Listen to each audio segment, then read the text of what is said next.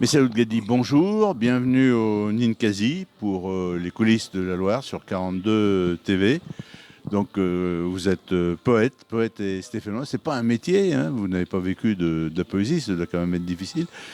Comment est né cet intérêt pour la poésie alors que c'est pas forcément le genre littéraire le plus prisé, en particulier de la jeunesse?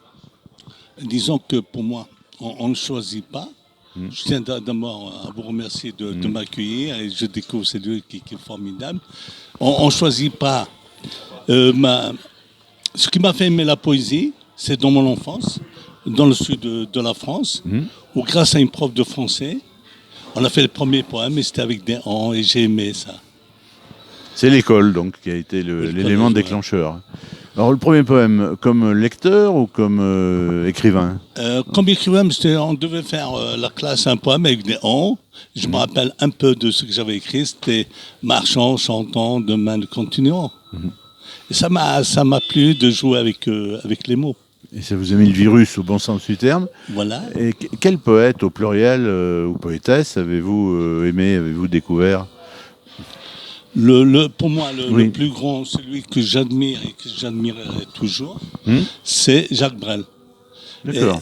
Il y a une chanson qui est très méconnue de lui, c'est la chanson Sans exigence que je conseille aux téléspectateurs de découvrir, puisqu'elle n'existe pas en CD. Sans exigence, elle me croyait sans besoin. Je vous dis pas la suite. La chanson pour vous, c'est un bon canal pour diffuser de la poésie, parce que ça peut paraître un peu rébarbatif, c'est peut-être sévère, mais difficile pour celui qui n'est pas initié. Pour moi, alors, comme je définis ma poésie est un clin d'œil au passé, un bonjour au présent et un sourire à l'avenir. C'est-à-dire, pour moi, c'est une addition d'émotions, non une addition de vocabulaire. Et il faut que les gens soient touchés par les mots et qu'ils repartent aussi avec des émotions. Alors votre institutrice, finalement, a déclenché quelque chose de durable. Après, vous n'avez jamais abandonné l'écriture, même sans pouvoir en vivre. Est-ce que vous avez été fonctionnaire? Non, j'ai été fonctionnaire. J'ai découvert la poésie au collège. Après, il y a la vie, on se marie, on a des enfants, on laisse de côté, il y a le travail, etc. C'est vrai que j'étais fonctionnaire à la mairie de Saint-Étienne, où j'étais placé sur le marché. Donc, c'est aussi un travail de contact. Après, il y a eu mes engagements civiques, etc. Et j'ai la chance aussi d'être venu habiter à Saint-Étienne, en 75. Et Saint-Étienne est une ville de cœur où les gens sont là l'un pour l'autre, quoi. Je ne dis pas c'est une solidarité totale, mais on dit qu'à Saint-Étienne, il y en a un qui commence la phrase, l'autre qui l'a fini. Et ce qui fait qu'il y a davantage d'ouverture l'un sur l'autre. Et ça m'a permis d'évoluer. Je tenais aussi à vous rendre hommage. Je me rappelle quand j'étais à la foire de Saint-Étienne, présenter mon premier livre et que j'ai demandé à dédicacer, ils m'ont dit, Monsieur Gadi, sans souci. Et c'est vous que le journaliste... je crois que c'était à la Gazette, qui avait sur un article dit le poète Saint-Chamonix, Paul Privat, le poète stéphanois. Mais ça vous dit, pour moi, de là, j'ai cultivé et je suis le poète stéphanois, puisque sur Google, je suis référencé en premier. Mais au-delà de moi-même, c'est partager des mots, être là. La parole, c'est le lien. Et les mots sont les codes. Et quelles sont vos sources d'inspiration? Il y a des thématiques qui vous motivent plus que d'autres? Est-ce que par exemple l'actualité, ça peut générer un poème, une rencontre? Vous évoquiez la facilité des Stéphanois à communiquer entre eux. Un événement dramatique comme la guerre en Ukraine, est-ce que ça peut déclencher l'envie d'écrire, sinon un recueil entier, mais un ou plusieurs poèmes? Non, pour vous dire, alors, on ne choisit pas ces mots, c'est nos mots qui nous choisissent. Donc j'ai sorti mon premier livre, c'était en 2009. J'ai sorti le deuxième, parce que quand on a le premier œuvre, il faut faire que le deuxième soit encore mieux. Et mon troisième... Oui, c'est des challenges constants. Je pense... C'est un challenge, mais ce n'est pas un challenge pour un challenge. C'est-à-dire que par respect aux lectrices, on se doit d'apporter le meilleur. Donc pour moi, quand j'avais le premier, je me suis dit c'est un devoir d'avoir le deuxième. Après, au lieu d'être toujours dans la constante, non, mais j'écrivais et des moments l'inspiration venait et je la laissais partir pour mieux revenir. Et là, aujourd'hui, je peux vous annoncer que mon troisième livre sortira au mois de septembre. D'accord. Voilà. Alors, est-ce que c'est facile aujourd'hui de trouver des éditeurs? Est-ce qu'il n'y en a pas pléthore ou au contraire, comment accueille-t-il la poésie? Il y a un problème de rentabilité quand même pour un éditeur. On peut dire qu'un polar, c'est peut-être plus facile à vendre, un livre de science-fiction. C'est pas du tout pour comparer, hein, mais il y a mais vous faites peut-être plus de grand public dans tel ou tel genre. La poésie, le parent pauvre de la littérature. Mais c'est vrai que, comme m'a dit quelqu'un, c'est pas ma poésie qui me porte, c'est moi qui porte ma poésie. Mais désormais, ça s'est un peu inversé. Maintenant, avec mon parcours, notamment ma conférence aux Invalides et un peu partout en France, j'ai plus de facilité. Mais il y a cette facilité maintenant de l'auto-édition, qui n'est pas évident, etc. Il y a beaucoup de salons, et chacun, on est à une époque où chacun veut être star, ou poète même. Je renie à personne le droit de l'être, ou comme ça, mais c'est pas évident. Le monde de la poésie et de l'édition, c'est pas... Mais il faut se battre comme dans tous les milieux, quoi.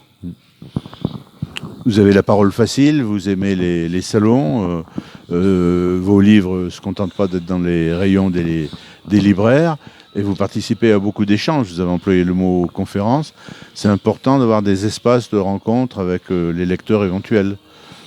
Oui, et je donne aussi des conférences autour de mes textes et parcours de vie. C'est vrai que mon parcours aussi est atypique, et mes mots touchent au cœur. Et je suis quelqu'un qui aime les gens, et quand vous aimez les gens vous le rendent. Mais comme dirait Brel, beaucoup de travail et un peu de talent. Alors, on a vu que vous avez cité Jacques Brel, comme celui qui a été un petit peu votre lanceur. Aujourd'hui, en 2022, quels sont les écrivains que vous affectionnez, que vous suivez? Contemporains ou plus anciens J'ai lu tout Balzac lors de ma jeunesse. Mais pour moi, la société n'a pas changé. Mais c'est vrai qu'on arrive à une autre société sur mon prochain livre, le troisième. Je parle aussi de l'élégance qui se perd. C'est plus la même société, les valeurs. Et à un moment donné, j'écris ces vers où je dis on était heureux et libre de vivre, de vivre dans le paraître, sans oublier d'être par le cœur dans les valeurs. Vous voyez le message que je veux lancer. Entre l'être qu'on était avant, c'est-à-dire qu'on mettait souvent ce qu'on était, etc., l'élégance, etc., mais on n'oublie pas d'être, que maintenant, on essaie d'être, mais oublie le paraître, c'est une impolitesse. Pour moi, les deux, être et paraître, c'est aussi un message à l'autre, c'est aussi du partage. On va terminer peut-être. Vous faites le constat aussi qu'on est dans une société qui est extrêmement fragmentée aujourd'hui. Est-ce que c'est facile de toucher le grand public, comme on disait il y a encore peu de temps? Ça dépend. Il faut simplement être bien installé dans tel ou tel réseau, connaître du monde? Non. non, je crois pas. Je crois pas au réseau. Je crois à l'amitié, à la constance. Et je vois notre amitié, pas, je peux le dire en public, comme ça. Ça fait près de 30 ans qu'on se connaît, mais on a toujours été dans le respect l'un de l'autre et de la constance. Si on est dans un réseau et qu'on n'a pas de talent, et en plus, ce qui est bien aussi, les gens, pas les gens, j'aime pas dire les gens, le public, etc. Alors, au-delà du livre, en poésie, j'ai mis ma poésie, je les ai fait aussi en carte postale. Poésie. Dans une où on allait conclure là-dessus. Voilà, mais je veux dire... Allez-y, vous m'avez devancé. Non, je veux dire, c'est... quand je pense, j'ai fait un poème sur Saint-Victor, pour lequel j'étais invité à réciter en cérémonie officielle, lors de l'inauguration des nouveaux bâtiments de Saint-Victor. Et quand je fais aussi, j'ai écrit un poème sur le château de Roche-la-Molière, je mets aussi nos territoires en poésie. Et mes cartes postales peuvent devenir un vecteur de communication. J'ai aussi rendu hommage à ma ville, qui m'a accueilli en 1975, et à son équipe de foot, dans une carte postale d'une photo de 1965 qui m'a été offerte par le grand photographe reporter Charlie Minassian. C'est ce que j'appelais tout à l'heure la chance d'habiter Saint-Étienne, c'est-à-dire que les gens sont là pour l'autre. J'avais besoin de la photo, il me l'a offert et je le remercierai à tout jamais. Je l'associe à ce cadre poésie. Merci beaucoup, Messaoud Gadi, d'être venu passer quelques minutes en notre compagnie au Ninkasi et sur 42 TV.